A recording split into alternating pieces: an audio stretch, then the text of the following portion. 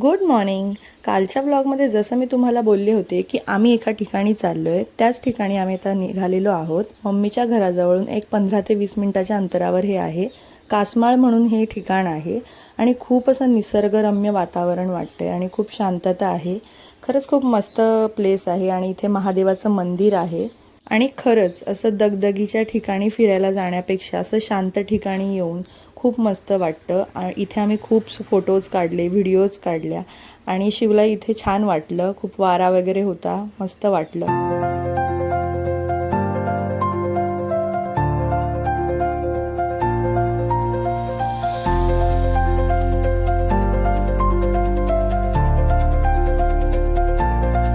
आता इथून आम्ही निघालोय आणि जाता जाता मी यांना माझी शाळा दाखवली. ही माझी 1ली ते 10वी पर्यंतची शाळा आहे.